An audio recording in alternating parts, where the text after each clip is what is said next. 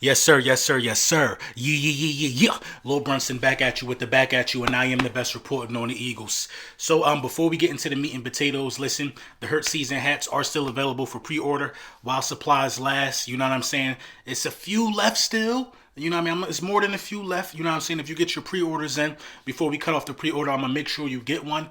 But every pre-order comes with, you know what I'm saying, a free gift from me and the Print Champs to you guys. So shout out to y'all, man, for continuing to support. You know what I'm saying, in support of our QB1. The Philadelphia Eagles, you know, they do some things in free agency.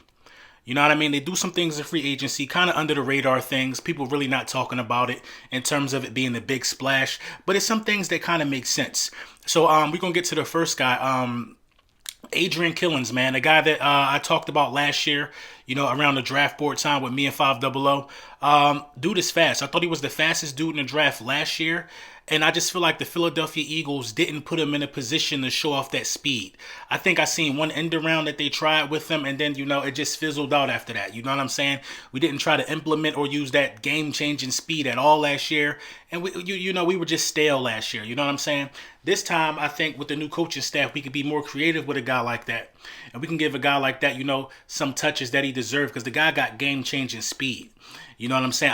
I've never seen anybody speed on film as fast as his. You know what I'm saying? I haven't looked at him in a while, but his college highlights are bananas. So if you get a chance to check out AK Adrian Killins, you know, speed and college highlights, you know, it was just ridiculous last year. So yeah, we signed him as a free agent, I believe. We're able to bring him back, and I'm excited to see how we're going to use him. Another guy that we just brought back, Andrew Adams, I believe. Y'all know I'm terrible with names. Andrew Adams, I believe that's his name. He was a rotational safety with the Super Bowl winning Tampa Bay Buccaneers. Now, you know how great that defense was. So, you know what I mean? I actually like this signing. I like this signing. We have a need for, safeties. You know what I mean? McLeod being gone. Mills, who could play safety or cornerback, who is down with the Patriots. So we have a need. You know what I mean? We need somebody that could bring a little bit of experience to that backfield and shore up that back end of the secondary, because we got guys like young Kayvon Wallace, who's probably going to be getting a lot of time this year, whether we want to believe it or not. He's going to be getting a lot of time back there this year. So we got a young guy who probably hungry, and, you know, could make some, you know, costly mistakes if given the opportunity, but he will be getting some time back there. So to bring in a rotational guy who just won a Super Bowl, who now could go make his bones and set his feet and cement his feet as being, you know, the guy back there. You know what I mean? He brings a pedigree, he brings a swagger, he brings a Super Bowl swagger with him. So I'm not mad at that at all, man. I think that, you know, he'll be able to, help shore up some things for us on the defensive side of the ball. Two really good signings. The only problems that I have with these signings are that they're not signings to where I can 100% say that we're thinking outside of the box at this point. No, we're not, because there's familiarity with both of the guys. Adrian Killins obviously was in uniform with us last year at some point or another, and I believe in 2018 the Philadelphia Eagles were talking about signing Andrew Adams to the practice squad.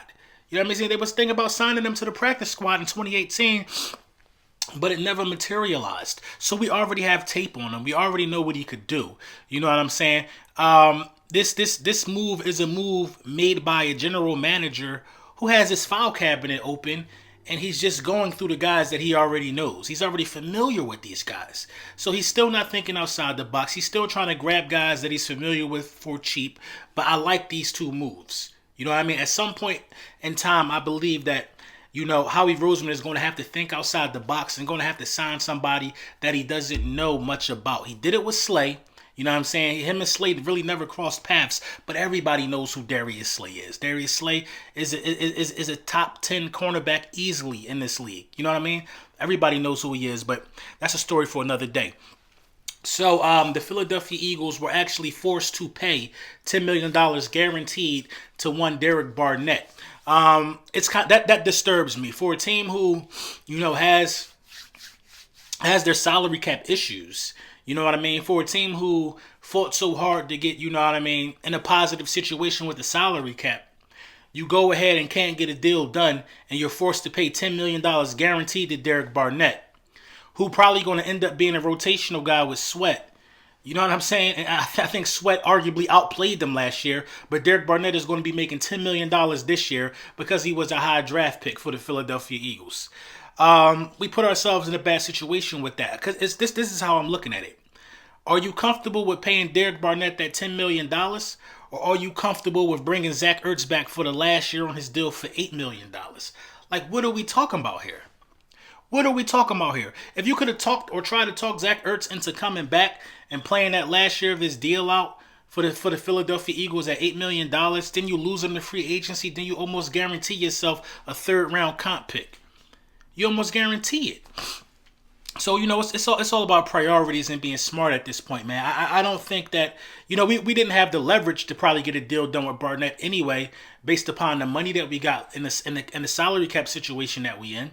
But at the same time, man, I think you got to try to get a deal done to try to only end up paying him at least like $5 this year. You know what I'm saying? But you end up paying him $10 million, and he probably going to walk in free agency anyway. You know what I'm saying? And he's had his things with injuries. You know what I mean? No knock to him. He just playing out his contract, but it is what it is, man. So we did get Alshon Jeffrey and Malik Jackson off of the books, saving us $4 million. So, you know what I mean? Things are working out in a positive way for the Philadelphia Eagles. So I'm not really mad at that. But at the same time, man, you got to understand that, more work has to be done. And we are going to be one of those teams that are going to continue to scrape the back end of free agency and get some of these guys who are just loose and just hanging out there that nobody really looking at. Some key guys that I'm looking at that would be just a dream if we could land at this point. One guy would probably be Juju Smith-Schuster. I would love to, add a T.Y. Hilton. I know a lot of y'all gonna say that T.Y. is old, but you need a veteran presence back there in the wide receiver room, because right now we got a bunch of young guys who got the LED lights in their room making TikTok videos as our starting wide receivers. We got dudes from that generation. We need an old head in there to help rein in some of these young pups. So yeah, I want to get an older wide receiver. I wanted my man AJ Green from the Bengals. I really wanted him. I think that, he could have revitalized his career, and also some of the guys could have learned something from him. But, we already know where he went. But at the end of the day, there are still some free agents out there that we could make a positive push for. But we got to be mindful of our salary cap situation. And also we got to remain mindful of us having to sign free agents. I mean, not free agents, I'm sorry, our rookies. Because whoever we pick with the sixth pick, that's going to be a check. If you're a sixth pick in this league, come on, you're probably making $20 million over the course of 4 years. You know what I'm saying? That's going to be a check, man. You know what I mean? And that's another thing you got to be mindful of. If we trade out of the sixth round, is it because we don't want to pay that much money for a rookie? Did we really shoot ourselves in the foot that bad? You know what I'm saying? But listen, man, let me know what y'all think in the comments. But hold on, before we get out of here, Giannis disrespected us last night. Giannis disrespected the 76ers last night by sitting on the court. Listen, Embiid wasn't in that game. We will see y'all again. We will see you again, Milwaukee. Come on. We had the game won. We should have blew y'all out. We should have finished y'all off. We had 31 points at the half. But we're not going to cry over spilt milk. That was our 5th game in 7 nights. You know what I'm saying? It was about time we took one, because we've been beating a lot of people without our fully staffed roster. But we're going to be fully staffed by playoffs. And we coming for that title, man. You know what I'm saying? I look forward to seeing the Sixers in the finals. I look forward to seeing the Philadelphia Eagles continue to get their foot out the mud and make positive steps. Like I said, let me know what y'all think in the comments.